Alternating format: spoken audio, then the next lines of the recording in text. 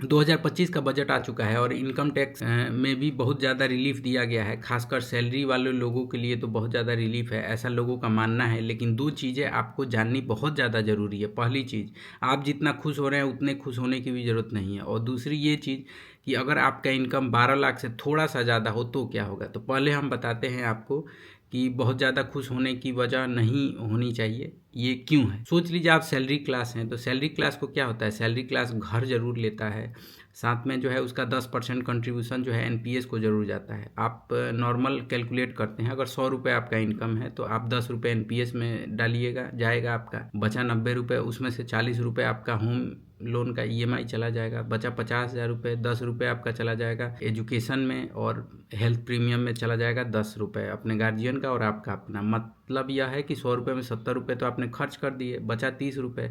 आपके पास है 30 रुपये और टैक्स देने के लिए आपको जो है 100 रुपये पे गणना की जाएगी। पुराने टैक्स रिजिम में यह फ़ायदा था कि आप अपना डिडक्शन दिखा सकते थे और जितना बचा हुआ पैसा होता था उसी पे टैक्स रेट जो भी स्लैब बना हुआ था वो अप्लीकेबल होता था।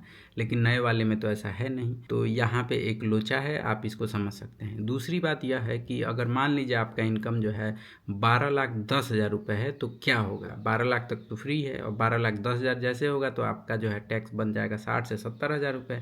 तो क्या 10,000 के चक्कर में आपको 60 से 70,000 रुपये देना पड़ेगा? ऐसा जो है बहुत ज़्यादा पोस्ट आ रहा है, बहुत सारे लोग इसको वायरल कर रहे हैं। यह बिल्कुल ही गलत है, ऐसा नहीं होता है।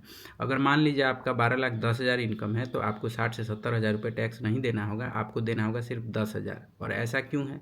ऐसा इसलिए क्योंकि मार्जिनल रिलीफ नाम का एक फंडा होता है। इसमें यह होता है कि अगर आप टैक्स स्लैब है जहाँ तक पूरा फ्री है टैक्स, वहाँ से अगर जितना ऊपर जाते हैं, अगर कुछ मार्जिनल अमाउंट ही ऊपर जाते हैं तो जो टैक्स अप्लीकेबल होगा और जो मार्जिनल अमाउंट होगा वो दोनों में जितना कम होगा उतना ही टैक्स आपको देना होगा। जैसे आपका 12,10,000 इनकम है तो 10,000 इनकम वो टैक्स देना होगा, 12,20,000 है तो 20,000 ही देना होगा। जब वो अप्लीकेबल टैक्स के ऊपर मार्जिन चला जाएगा तभी आपको जो है नॉर्मल चैनल से टैक्स देना होगा। तो कैसी लगी ये जानकारी? आप हमसे जुड़े रहे, आने वाले समय में भी हम इंफॉर्मेटिव जानकारी आपको देते रहेंगे। धन्यवाद।